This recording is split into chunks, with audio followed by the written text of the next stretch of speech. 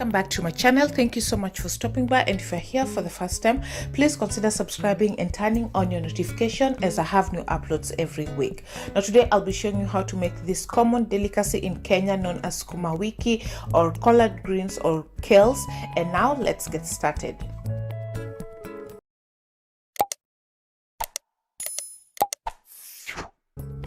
So the ingredients are very simple. You need your Sukumawiki, or you can also add some spinach to it if you want it to be more softer as well, and tomatoes that I've already chopped, onions, salt to taste, and I'm adding beef cubes, which is completely optional. I'm just adding it for flavor because I'm not having this Sukumawiki with anything else, just with my ugali. And now let's start with the frying process. So heat your pot or sufuria and add some oil to it, followed by your onions, and fry them until they're translucent.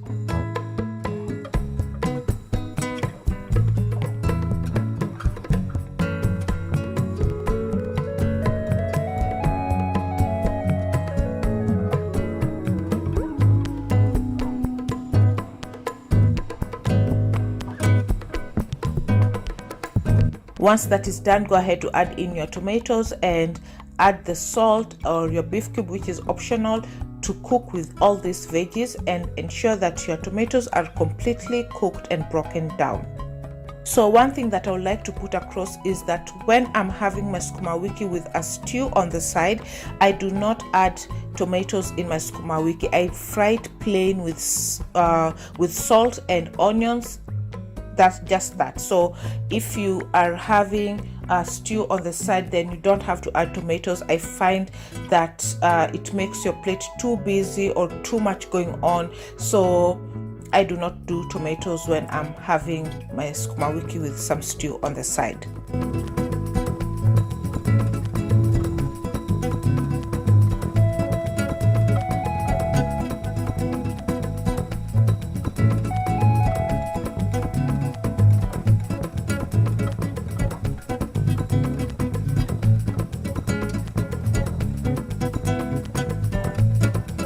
So once your tomatoes have completely broken down, go ahead to add in your Sukumawiki and fry them until they are well cooked or to your desire.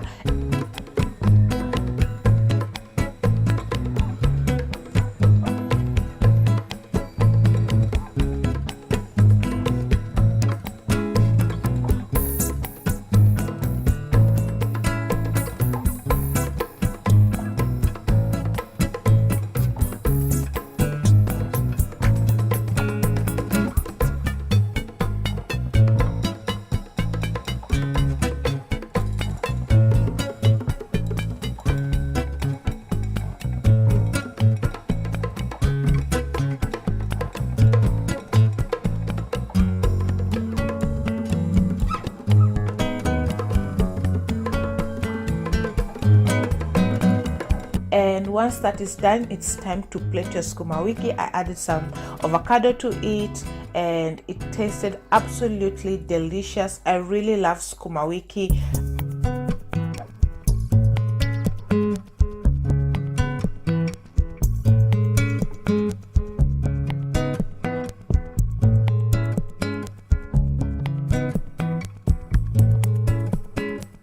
I hope you did enjoy this recipe. If you liked it, please give it a thumbs up and subscribe to my channel as well if you haven't. I'll see you on my next one. Bye bye.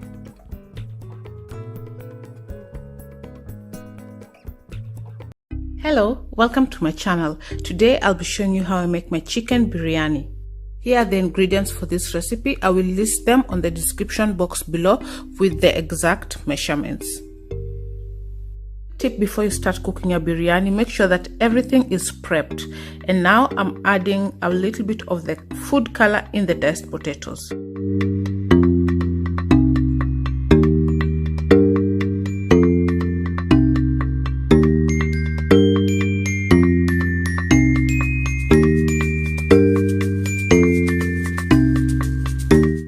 Looking for a little bit of crust on top, so please do not overcook your potatoes in this stage.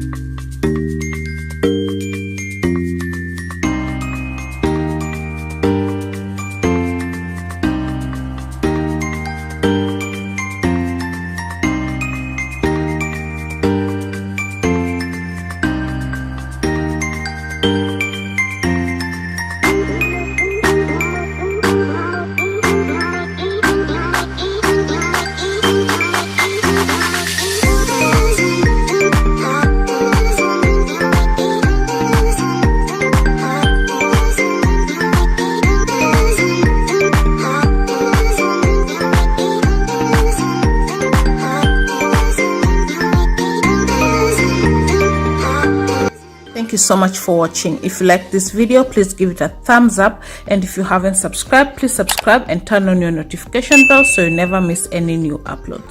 Welcome to my channel. Today we'll be making some pilau. If you haven't subscribed, please subscribe and also turn on your notification as I post new videos every week. The ingredients will also be listed in the description box down below.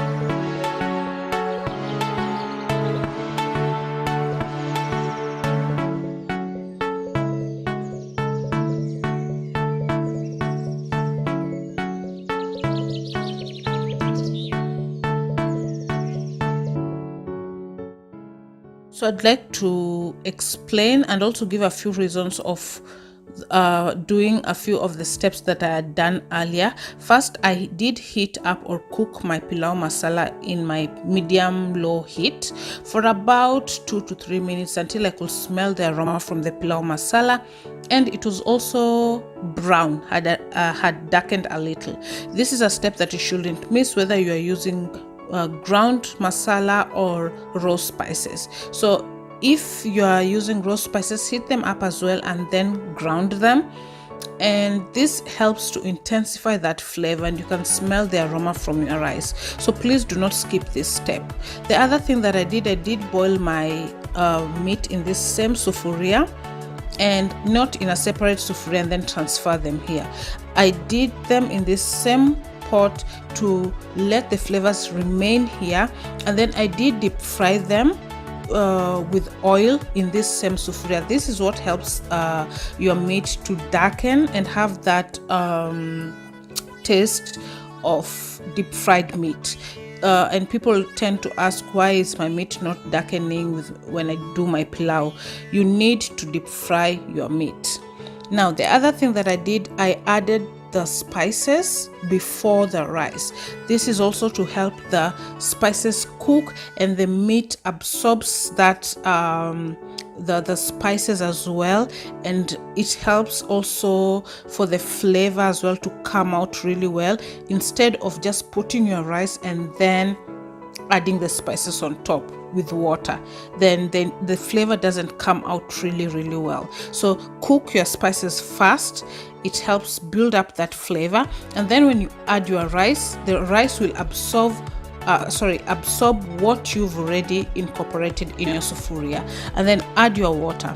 The other thing, if you're using a jiko, when you want your rice to cook on top or dry on top, you cover with your lid and put your charcoal on top. So I, in this case, do not have a jiko, but what I do when I'm using my cooker is I take an aluminium foil and cover my sufuria on top, and then use a spoon or a knife to just release the air inside my sufuria, or release the moisture so that it comes up and dries the top of my rice.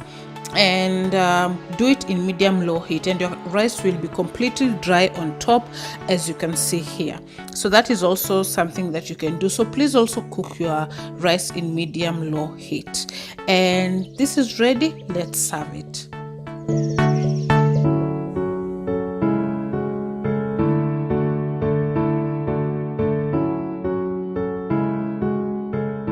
Here's my pilau. I went ahead to serve it with my cucumber, tomatoes, and avocado salad.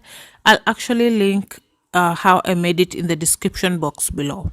This video, please give it a thumbs up, and if you haven't subscribed, please subscribe and turn on your notification bell so you never miss any new uploads.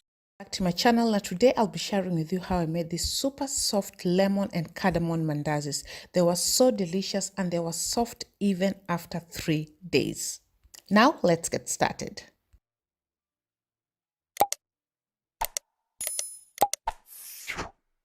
Now for my ingredients, I have 4 cups of flour, which is about 500 grams, 1 cup of milk, 1 tablespoon of yeast, a 1/4 cup of sugar, which is about 25 grams. I also have 1 teaspoon of cardamom powder, 4 tablespoons of margarine. You can use 2 tablespoons of oil if you don't want to use margarine. And I have oil for frying, and also I have my lemon zest, which was basically around 3 lemons that I've grated. Now we'll start by proofing our yeast. So I've added the cardamom and yeast into my milk and mix it all together. Now I wanted to give you other alternative. If you don't want to use yeast, you can just use all-purpose flour and just proceed and skip this step. But I just wanted, there's a difference when you use yeast on your mandazis. They just have this nice rise to them, so that's why today I just wanted to use yeast. But you can use baking powder with all-purpose flour and just skip proofing your yeast. Now next, I'm going to mix all the dry ingredients together. So that is the sugar, flour, and the lemon zest.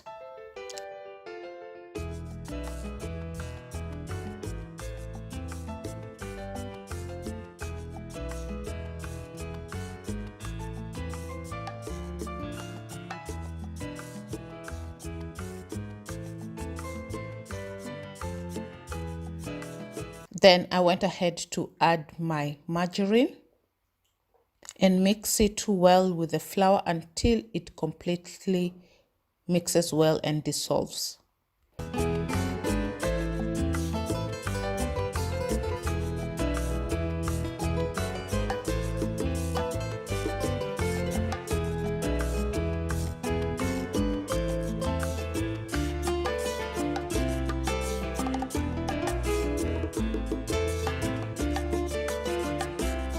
Once that is done, it's time to add the wet mixture into your dry ingredients. So just add it bits by bits as you mix.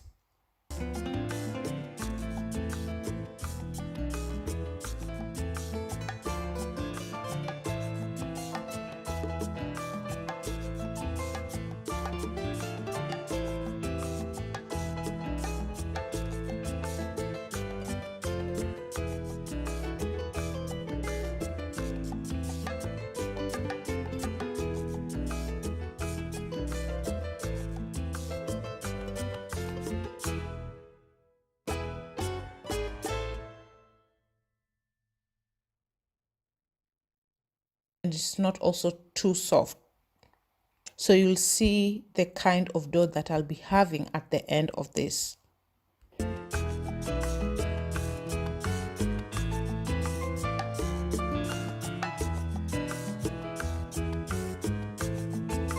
Now, as you can see, my dough is really soft and it's also not sticking on my hands. So we will let it rest for about an hour.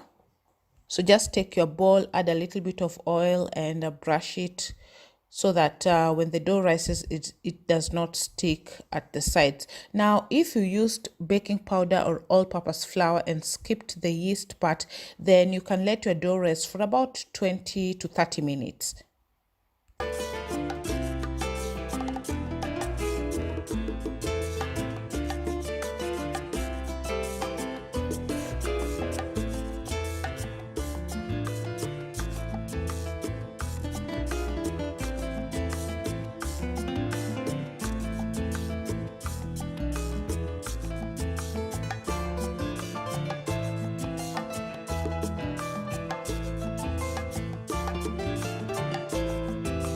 Now this is after an hour. My dough has risen. It's also really soft, as you can see, and this is what you want. And now I'm just going to proceed to just knead it a little bit and roll it to cut into my desired shapes. If you want your mandazis to be a bit thicker on the inside, meaty, then you can make them a little bit thicker. I wanted mine with a little bit hollow on the inside, so that's why it's a little bit thin. So it's all about your preference.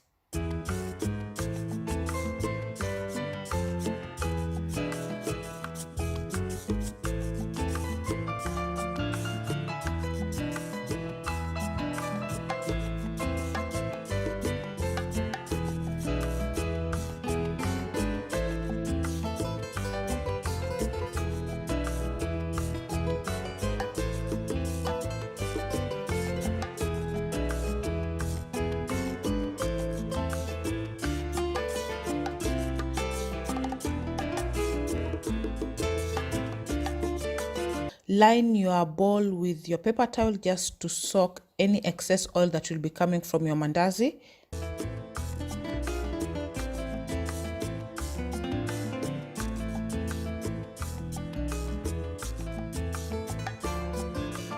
We will be making our mandazis on medium-high heat, so this is my oil. A quick test or a tip that I will give you: you can take a wooden spoon and put in your oil, and when you see the bubbles coming around it, then it means that your oil is ready and you can fry your mandazis. So put your mandazis, turn them, and let them cook until they are golden brown. Make sure that your heat is not too high so that your mandazis don't burn.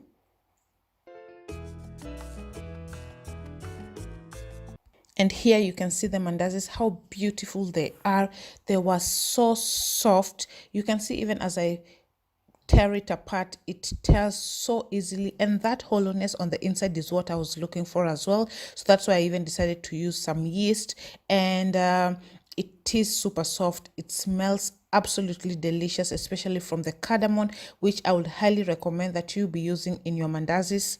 And I really hope you do try this recipe, and if you liked it, please give it a thumbs up, and of course subscribe to my channel if you haven't, and I will see you on my next one. Till next time, bye bye. Welcome to my channel. Today I'll be showing you how to make ugali, which is a commonly known type of meal across Africa. In East Africa we call it ugali or sima. I believe the South Africans call it pap and the Malawians call it nsima. The only difference between ours and theirs is just the texture. Some people make it softer, and I like to say we the East Africans like to mold ours eventually like a cake, and some countries just scoop it with a big spoon and serve it. So that's the difference. Now let's get started with this ugali recipe. So what you'll need to make your ugali is maize flour, a wooden spoon which we call mwiko, and water. So make sure that your water is boiling, and when I mean boiled, hot boiling water, as you can see here. Do not make your ugali in warm water or water that is not boiled, because it will not cook well. So make sure that your water has boiled like I've shown you, and then add your maize meal bits by bits. Now if you are doing it for your first time, I'd suggest to do it bits by bits as you mix the flour with the water. So since I have cooked ugali countless of times I can just eyeball my maize flour, and I do not have to add them bit by bit. So what we want is to cook the maize flour together with the water, as you can see, and ensure that there are no lumps in your maize meal. So as you can see, it's sort of like kneading a dough, but it's using a wooden spoon. So the more you cook ugali, the better you will be with cooking it. So you'll be doing it faster and faster, but if you're doing it for starters, do not worry about it. So as you can see, I have covered my ugali for about 2 minutes.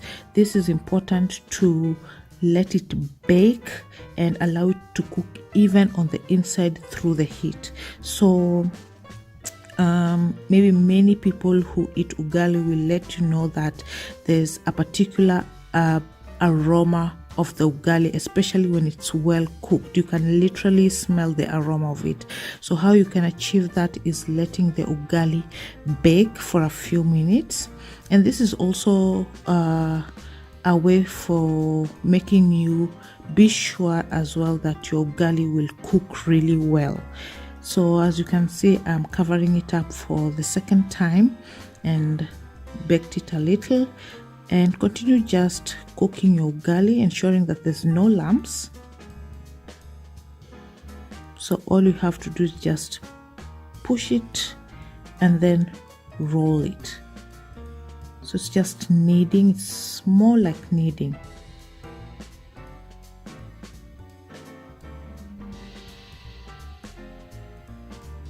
So just continue with the same process for about 5 minutes.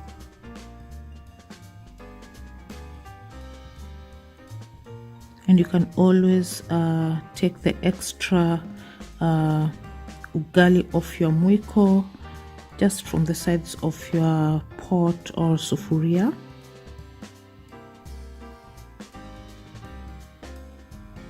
And you will notice right now, as I cook it, I'm also creating a shape or a cake-like shape for it, because it's pretty much done.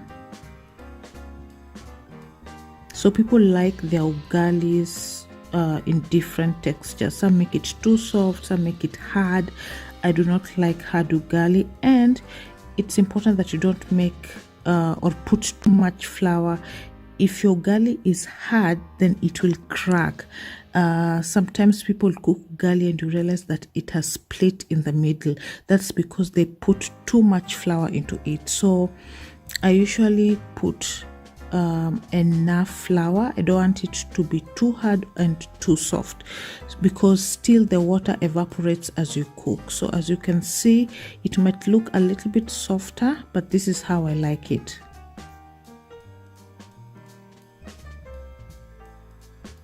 So you can see it's creating the shape, and I'll continue molding it when I've served it on my plate. So you bring the plate next to the sufuria and turn it, and as you can see, the bottom side of the ugali was already shaped well. So take your mwiko or your wooden spoon and just continue shaping it up. Sometimes you can wet your mwiko, especially if you put too much flour and your ugali is a bit harder. So when your ugali is slightly softer, it's very, very easy to mold it into your desired shape. And there you can see it coming together really well. And it's done. You can serve it with some Sukumawiki or meat stew or chicken stew, which is my favorite, and enjoy it. Well, I hope you did love this video. If you liked it, please give it a thumbs up. Subscribe as well to my channel if you haven't. I will see you on my next one. Bye bye.